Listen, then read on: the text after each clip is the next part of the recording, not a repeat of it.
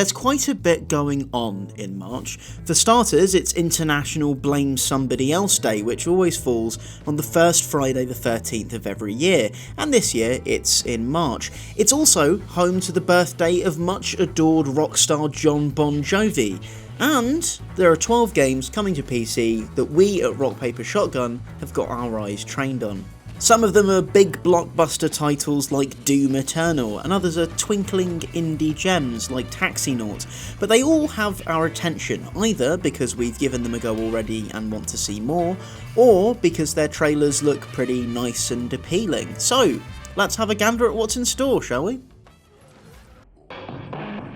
The 20th of March release date for the much anticipated Demon Gorefest Doom Eternal has been a popular topic on the internet recently, as it's a release date which is shared by the much anticipated Nintendo Switch Animal Villager Friendship Fest Animal Crossing New Horizons. As amazing as it would be for us PC gamers to rip and tear as the Doomslayer while Isabelle perches on our shoulder cackling with a menacing glee, that won't be happening, as far as we're aware at least. What we will probably be able to do is mess around with a shiny new grappling hook to catapult ourselves through the air, blow off a demon's head in slick slow motion bullet time, and hear the satisfying gulp pop combo of grenade killing cacodemons. Doom Eternal is looking to be a worthy successor to id Software's 2016 reboot of the series, with all of the fast paced, up close and personal slaughter you'd want from a sequel, all with a delicious tray bake's worth of new bits and pieces to boot.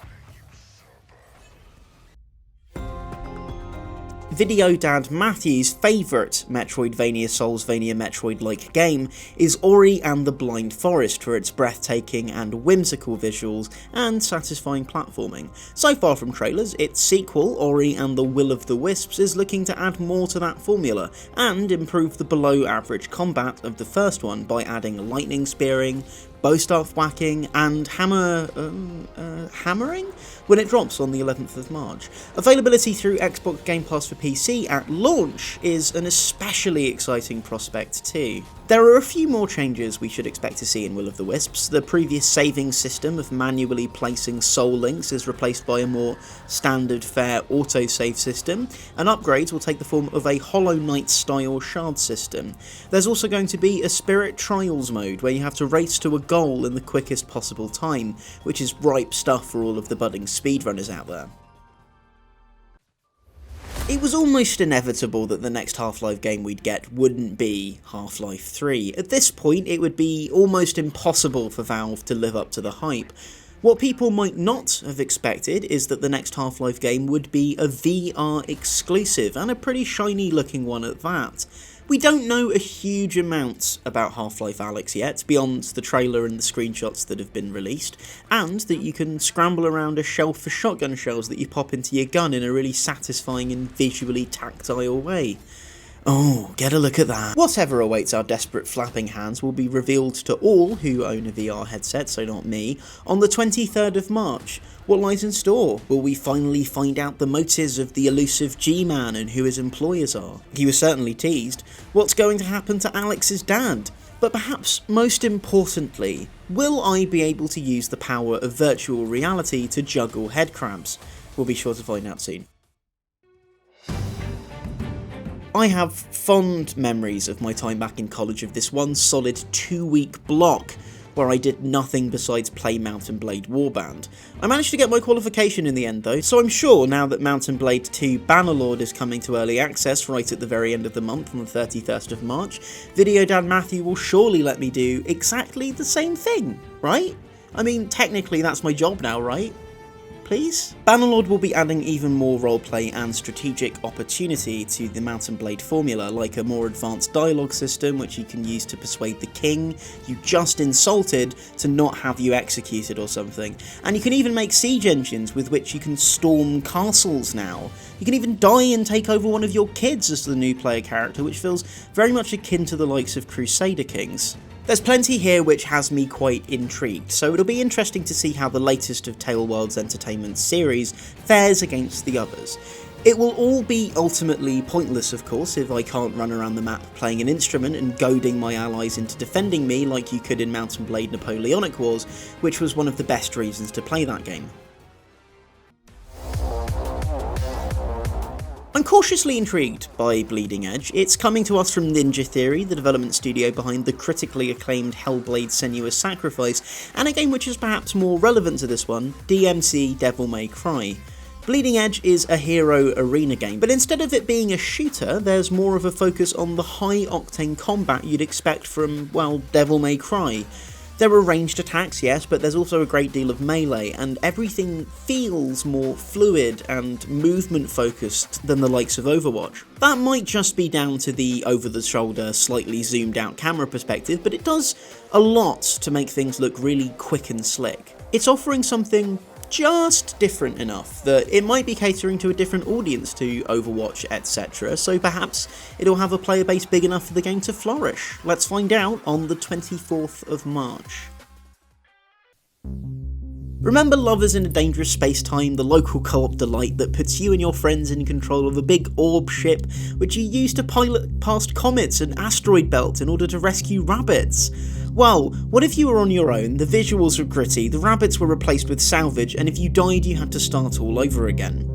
Enter Savage Vessels, going live on Steam on the 2nd of March. It's a top-down roguelike where you pilot a salvage ship through dangerous terrain, collecting scraps and blasting out-of-control drones who have had their matter reassembled by a freak accident that's left hyperspace leaking into real space.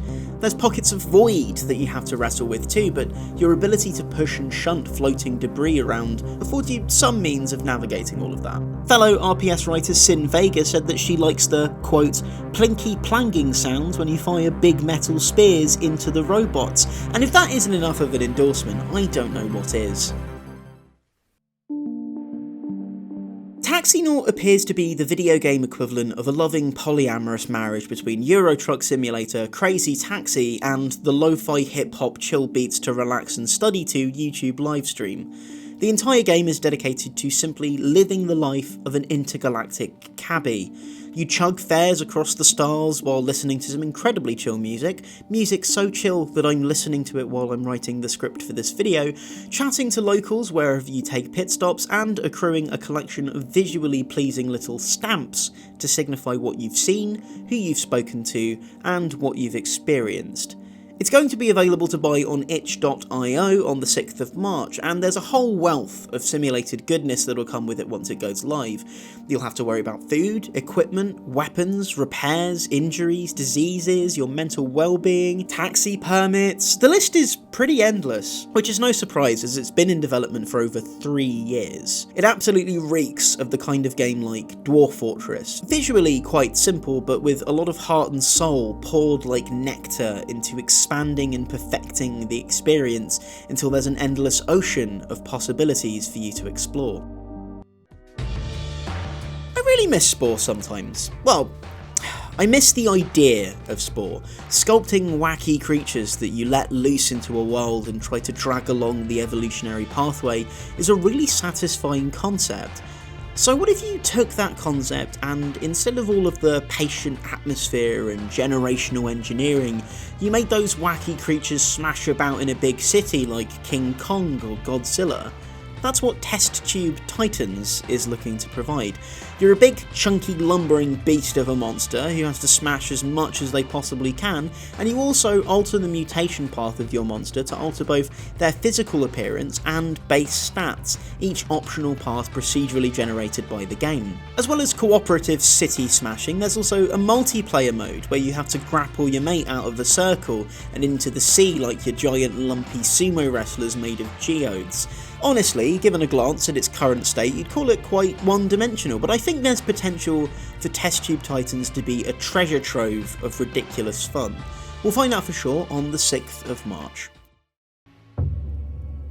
On the 13th of March, a very gorgeous game will be coming to PC, Stela by Halo Infinite co-developers Skybox Labs. You're a young woman, presumably called Stela, who is, quote, witnessing the final days of a mysterious ancient world. There seems to be a lot of fire, tentacled monsters, and creepy, long, unsettling monster men. Presumably this is because the mysterious ancient world is in its final days. Characters and creatures being shadowy silhouettes in some scenes in the trailer, combined with The atmospheric platforming really gives Stela a little bit of a limbo vibe, but instead of washed out white backdrops to the stark black environments, everything is awash in striking orange ember, glowing blue neon and ancient scripture, and the auburn glow of the moonlight. We're not entirely sure yet just what Stela will be about beyond its Steam store description, but whatever story it does tell, it'll no doubt tell it in a visually breathtaking way.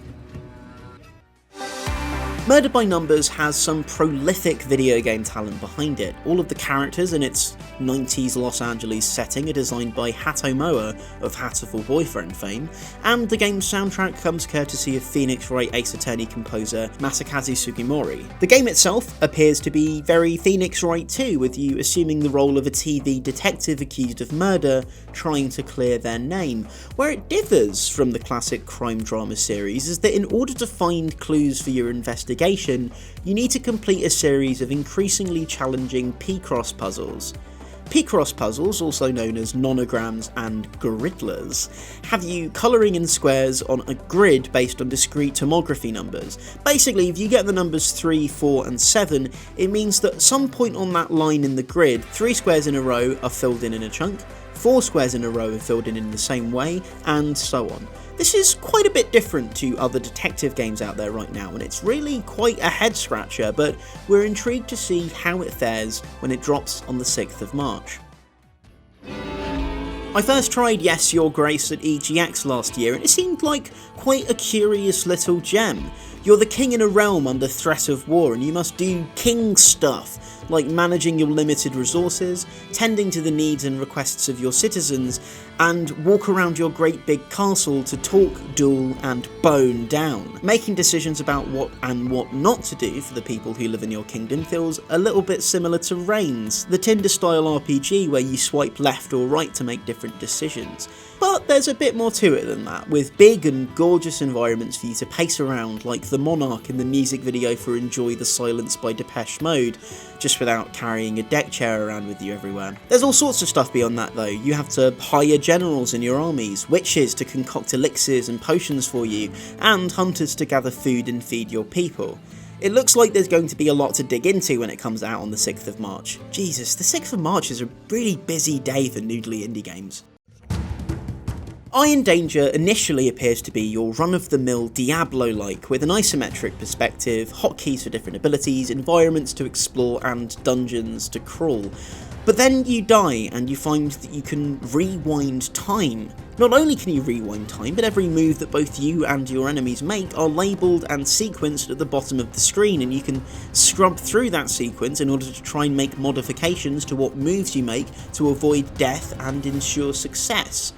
Basically, Iron Danger seems like a game like Exapunks, where you're hacking into complex, heavily firewalled corporate servers by actually writing in code, only you replace the hacking with a dungeon crawling RPG, and you replace the actually writing code with my job as a video editor. I would say it's probably a bit weird that I like the idea of playing a game that is mechanically what I do every day for a living, but then I have friends who are farmers and are also absolutely obsessed with Stardew Valley and Minecraft, so it's a bit of a moot point. You can rest assured that when Iron Danger drops on the 25th of March, I'll absolutely be bunking off of my real-life video editing job in order to video edit Clockwork Perfect dungeon plays in a video game. Well, there you have it, 12 games both big and small that we can't wait to check out soon. Expect us to give some of them a look in greater detail on the channel in time. Are there any here that you're particularly excited about? What about a game coming out in March that we didn't include here? Please do let us know in the comments so we can check them out for ourselves, and on your way down there, why not give this video a like and subscribe to Rock Paper Shotgun if you want more like it. Cheers very much for watching, and hopefully see you again soon.